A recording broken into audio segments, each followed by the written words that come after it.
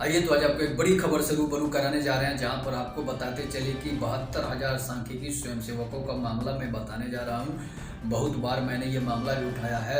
जब भी मैं न्यूज बनाता हूं तो सांख्यिकी स्वयंसेवकों का मुद्दा सबसे पहले रखता हूं, इसलिए कि मैं भी एक एएसबी हूं। तो आपको बताते चले कि सांख्यिकी स्वयंसेवकों से सरकार ने काम न कराकर शिक्षकों को जातीय जनगणना का काम दे दिया।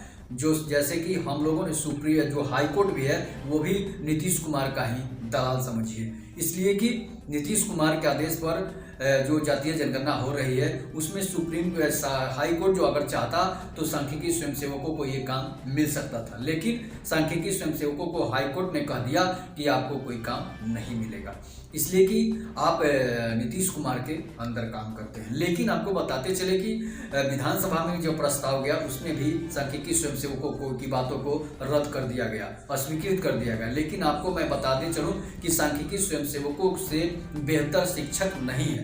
शिक्षक जो है सांख्यिकी स्वयंसेवकों से बेहतर कभी भी काम नहीं कर सकते हैं, इसलिए कि जितने भी 72,000 एएसबी थे उनको ट्रेनिंग दी गई थी, सिर्फ इसीलिए ट्रेनिंग दी गई थी कि वो सांख्यिकी जो है वो जातीय जनगणना, आर्थिक गणना, क्रॉप कटिंग, जन्म प्रमाण पत्र बनाने का काम कर चुके हैं और उनको ट्रेनिंग दी गई थी।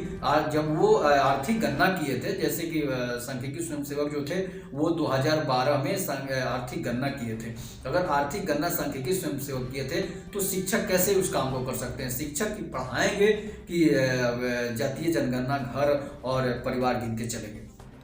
और ये बता दूं कि ये योजना जो है जातीय जनगणना की योजना है, नीतीश कुमार की योजना पूरे के पूरे फ्लॉप साबित होगी। उनके साथ निश्चय योजना जो है वो फ्लॉप साबित हो चुका है, इसलिए कि नल जल योजना में इतना घोटाला हुआ है और भी जो सात निश्चय में जितने भी काम है नीतीश कुमार के सारे में घोटाले हुए हैं।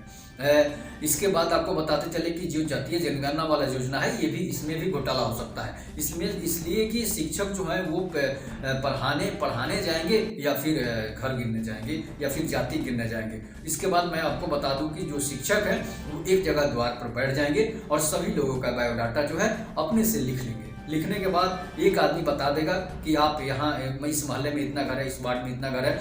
इसके बाद वो अपना कॉलम जो है वो भर देंगे। तो बताइए कि इसमें सही जातीय जनगणना होगी? सबके दरवाजे पर शिक्षक जाएंगे? नहीं जा पाएंगे, इसलिए कि शिक्षकों का उम्र आप देख लीजिए, शिक्षकों का जोश आप देख लीजिए, शिक्षकों का जुनून आप देख लीजिए कि शिक्षक जो है हर किसी के दरवाजे पर नहीं जा पाएंगे, इसलिए कि शिक्षक जो है वो जो है शिक्षक इतनी उनको जो है जाने के लिए नहीं टाइम ही नहीं मिलेगा कि वो हर किसी के दरवाजे पर जाएंगे। और शिक्षक ऐसे वैसे भी आलसी होते हैं। शिक्षक जो है वो शिक्षा मित्र वाले जो शिक्षक है वो और आलसी हैं, इसलिए कि शिक्षा मित्र के जितने भी शिक्षक हैं अधिकतर या तो नेता हैं या ठेकेदार हैं। बच्चों को जब वो पढ़ाते हैं कि किधर वोट देना है, किस पार्टी को वोट देना है, इसीलिए आप समझ लीजिए वो किसके दरवाजे पर जाएंगे, पक्ष के दरवाजे पर जाएंगे या विपक्ष के दरवाजे पर जाएंगे। विपक्ष के दरवाजे पर तो कभी जा ही नहीं सकते हैं, इसलिए कि सरकार जो किया है कि इस इलाके का ही वहां पर प्रगणक रहेंगे। तो प्रगणक जो है अगर विरोधी घर का रहेगा तो उसके दरवाजे पर नहीं जा सकते हैं, इसलिए गांव में राजनीतिक ज़्यादा होती है, इसलिए कि आपको घर घर में राजनीतिक होती है। तो बताइए वो किस तरह से वो उसके दरवाजे पर जाएंगे? क्या उनकी जनगणना में नाम डला सकता है, उनके कॉलम में नाम भर सकता है? नहीं भर सकता है, इसलिए कि विरोधी गुट के पास नहीं जा सकते हैं। लेकिन सांख्यिकी स्वयंसेवक जो थे वो सबके पास जाते हैं, उनको ना तो राजनीति से कोई मतलब है, ना बच्चों को शिक्षा देना है, उनका काम था सिर्फ प्रगणक का काम था।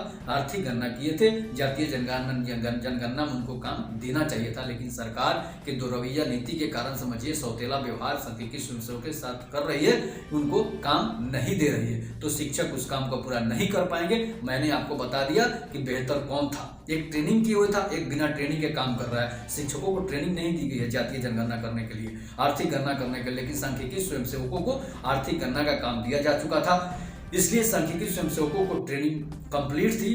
एक ट्रेन टीचर का बहाली हो, एक अनट्रेंड का बहाली हो, उसमें कौन बेटर रहेगा? एक ट्रेंड सिपाही हो, एक अनट्रेंड सिपाही हो, तो गोली कौन ज्यादा चलाएगा? इसलिए आप समझ सकते हैं कि सरकार जो है ये क्यों कर रही है। सरकार लोगों को सिर्फ बरगलाने का काम कर रही है, जनता को सिर्फ बरगलाने का काम कर रही है। जब जातिवाद खत्म करने की बात हो रही है तो जाति ये जनगणना जरूरी नहीं था। अगर जरूरी भी है, मान लीजिए कि किसी को जरूरी भी है कि जिसको ज़्यादा संख्या रहेगा उसको ज़्यादा रिजर्वेशन मिलेगा, उसको ज़्यादा प्रॉफिट मिलेगा, तो जरूरी था, मान लीजिए कि जरूरी था, लेकिन जातीय जनगणना शिक्षकों से कराना जरूरी नहीं था, इसलिए कि आप शिक्षकों का आलस देख चुके। जो शिक्षक जनवरी जिसको नहीं लिखने आता है, फरवरी नहीं लिखने आता है, वो शिक्षक जातीय जनगणना कैसे करेंगे।